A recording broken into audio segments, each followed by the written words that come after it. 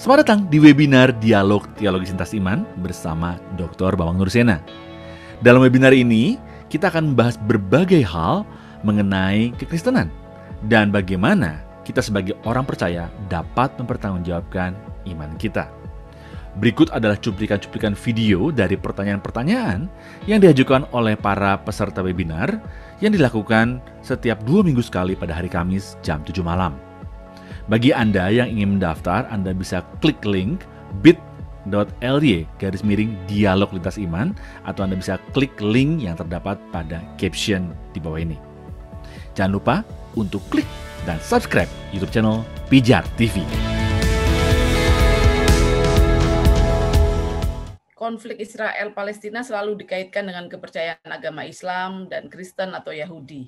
Menurut Islam, Bani Israel tidak berhak atas tanah tersebut karena menurut tafsiran mereka, Al-Maidah 21 itu ditujukan pada pengikut Musa yang beriman kepada Allah.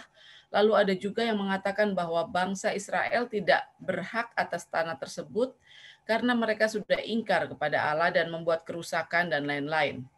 Kedua alasan inilah yang dipakai Islam untuk mematahkan klaim Israel atas tanah tersebut dan mengatakan bangsa Palestina lebih berhak. Bagaimana menurut Pak Bambang terhadap klaim-klaim seperti ini yang membuat status tanah ini terus menjadi tanah sengketa? Apakah akan ada solusi damai atau justru konflik Israel-Palestina ini akan terus berlangsung? Saya yakin konflik Israel-Palestina itu akan selesai. Kalau mengakui negara Israel, titik itu aja sederhana. Tidak mungkin Anda tidak mengakui negara Israel, itu tidak mungkin. Karena apa? Dia punya hak historis. Jadi sekarang kalau surat Al-Maidah ayat 21-22 itu kan soal sekedar yang menafsirkan. Sekarang tidak usah baca Bible aja tuh miliknya Israel kok. Sekarang oke, kalau Quran atau Bible kan soal tergantung yang nafsir, berarti kan nggak selesai. Kalau itu masalah agama. Sekarang coba nggak usah dibuka Alkitab, nggak usah dibuka Al-Quran. Serahkan pertama pada sejarah. Selesai itu miliknya Israel. Itu jelas tidak pernah ada negara Palestina sebelum itu kok. Yang ada negara Turki Utsmani, tidak ada negara Palestina. Ya toh? Terus kedua, Palestina yang datang ke tanah suci itu bergerombol-gerombol tidak satu. Mereka tidak pernah diikat oleh satu entitas kebangsaan seperti Israel. Ada orang yang mengatakan begini, kalau itu negeri nenek moyang kita yang sudah ditinggalkan selama 2000 tahun, lalu dimiliki kembali. Kalau gitu orang Indonesia juga mengatakan kita berhak mengklaim yang namanya tanah Yunan dari bagian dari Cina itu sebagai milik kita karena dulu nenek moyang kita dari situ. Ya beda, kita ini datang dari sana tapi tidak pernah mendefinisikan jadi orang Indonesia. Pendefinisian jadi Indonesia itu kan baru setelah kita menyadari kita ini satu nation. Bahkan sebelum kebangkitan nasional, sebelum Sumpah Pemuda, orang Ambon tidak merasa jadi Indonesia. Orang Jawa tidak merasa jadi Indonesia. Ada Yong Ambon, Yong Celebes, Yong Java, ya toh? Yong Sumatera. Mereka diikat oleh entitas kebangsaan mereka masing-masing. Kemudian mengindonesia setelah ada kesadaran nasional.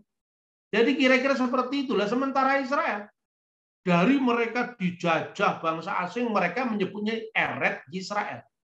Kita tidak pernah menyebut itu tanah Yunan itu sebagai miliknya orang Indonesia, tidak pernah menyebut. Jadi ada jejak historis yang sangat kuat.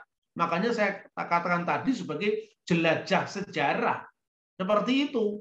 Nah, kalau soal tafsir ya, sekarang tidak usah dibaca Alkitab sudah, tidak apa-apa.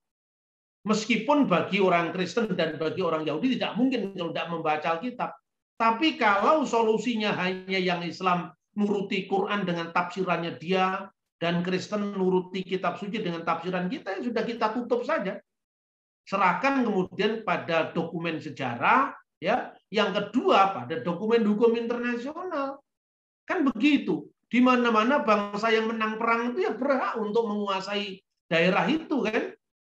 Simpel saja sebetulnya. Orang Israel membuat kerusakan di dunia. Lah ISIS apa enggak buat kerusakan di dunia? Kalau ISIS mengatasnamakan Islam, apa berarti Islam juga hak hidupnya dicabut hanya gara-gara ada ISIS? Kan nggak bisa seperti itu. Apalagi yang namanya Zionis bukan ISIS, kan begitu kan? Jadi kita mesti berlaku jujur, saya kira seperti itu.